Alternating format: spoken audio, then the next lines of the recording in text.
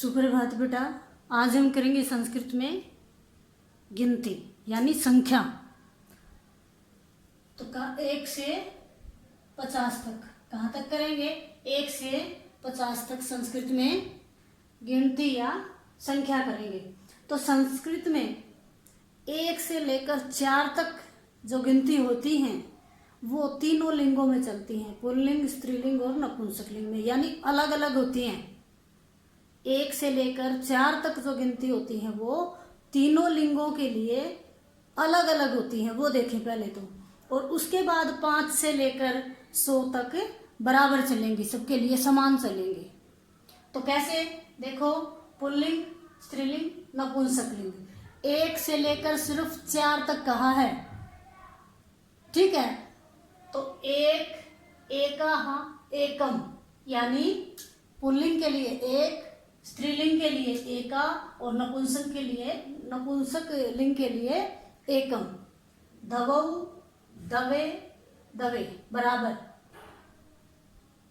उसके बाद है त्रिय है, तीसरे है, त्रीणी, चत्वारे है, चत्सर है, चत्वारि। यानी पुल्लिंग के लिए एक है, दवौ, त्रिय है, चत्वारे। स्त्रीलिंग के लिए एका, दवे, त्रिस्र, चत्सर।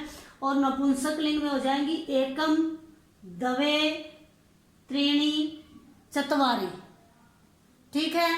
1 से 4 तक ये अलग अलग हैं। अगर हम कहेंगे एक लड़का तो एक है बालक है। अगर हम कहेंगे एक लड़की तो एका बालिका। अगर हम कहेंगे एक पुस्तक तो एकम पुस्तकम। इस प्रकार से अलग अलग प्रयोग की जाएंगी। अब आगे है जो गिनती है वो बराबर होंगी, और वो संस्कृत में यहां देखें, 5, 6, 7, 8, 9, 10। ठीक है। 5 5, 6 6, 7 7, 8 8, 9 9, 10 10। इसके बाद अगर हम देखेंगे गिनती, हमें क्या बनानी है आगे? 11 है, 12 है, 13 है, इस प्रकार से। तो 10 जो है ना, 10 हम 10 को याद रखेंगे, सभी में 10 आएगा। उसके बाद एक दवौ, त्रिय ये लगाते जाएंगे।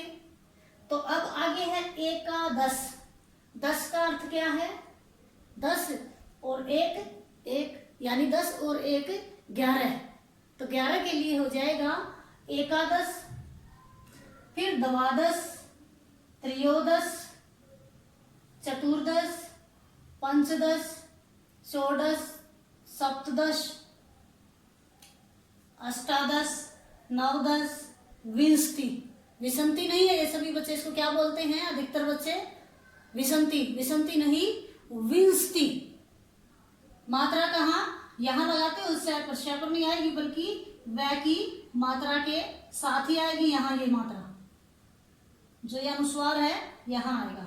विंशति से पहले एकाविंशति, एकविंशति, द्वाविंशति, त्रयोविंशति, चतुर्विंशति, पंचविंशति, षड्विंशति, सप्तविंशति, अष्टाविंशति, नवविंशति, 63। 63 क्या होता है? 30। क्या होता है? 30। और विंशति क्या होता है?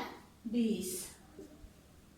इस प्रकार हिंदी आप इनकी देखो तो 11 है, द्वादश 12 है, त्रयोदश 13 है, चतुर्दश 14 है, पंचदश 15 है, षोडश 16 है, सप्तदश 17 है, अष्टादश 18 है, नवदश 19, विंशति 20।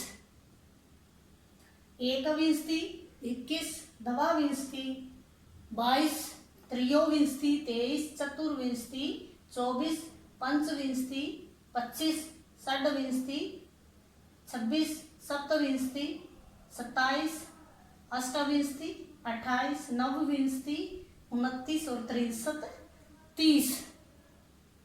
इस प्रकार अगर हम 30, अब 30 से आगे क्या होंगे? 31, 32, 33। तो इनमें क्या मिलाते? अगर आप देखोगे तो सभी में क्या मिल रहा है? ये एक है, दवौ, त्रिय आगे लगा देते हैं और हमारी गिनतियां बन जाती हैं। अब आगे गिनती बन जाती है। आगे है 31, 31, 32, 32, 33, 33, 33, 34, 34, 35, 35, 36, 36, 37, 37, 38, 38, 39, 39, 44, 40, 41, 41, 42, 42, 43, 43, 44, 44, 45, 45, 46, 46, 47, 47, 48, 48, 49, 49, 50, 50। अब गिनतियों को आसान रहेगा कि हम क्या याद करें, 1 से 10 तक याद कर ले पहले तो, ठीक है। 1, 2, 3, 4, 5, 6, 7, 8, 9, 10, 10 तक याद हो गई। 10 तक याद होने के बाद हम क्या याद करें, 20 यानी 20, 63, 30, 44, 40 और 50, 50।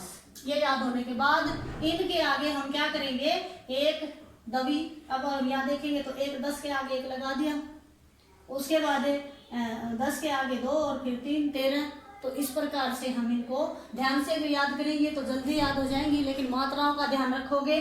और थोड़ा सा फर्क कहाँ आता है, अष्टाविंशति जैसे, ठीक है। उसके बाद अष्टादश, बाकी तो सप्त, पंच ये यूं के जुड़ते हैं, लेकिन यहाँ क्या है, अष्टा हो जाता है हर जगह, अष्टाविंशति, अष्टादश। यहाँ आ की मात्रा यहाँ बढ़ जाती है। उसके बाद 16 को भी याद करें, 16, बाकी ये सारे के सारे बराबर ही हैं। पहले 10, 20, 30, 40 और 1 से 10 तक ये गिनती याद करो, और उसके बाद ये जल्दी याद हो जाती है। मात्राओं का ध्यान अगर रखोगे तो एक बार 40 की अगर याद होगी तो इसी प्रकार 44 मात्रा। उसके बाद विंशति में यहाँ अनुस्वार आता है, तो अनुस्वार और विसर्ग इनका ध्यान रखते हुए इनको याद करें।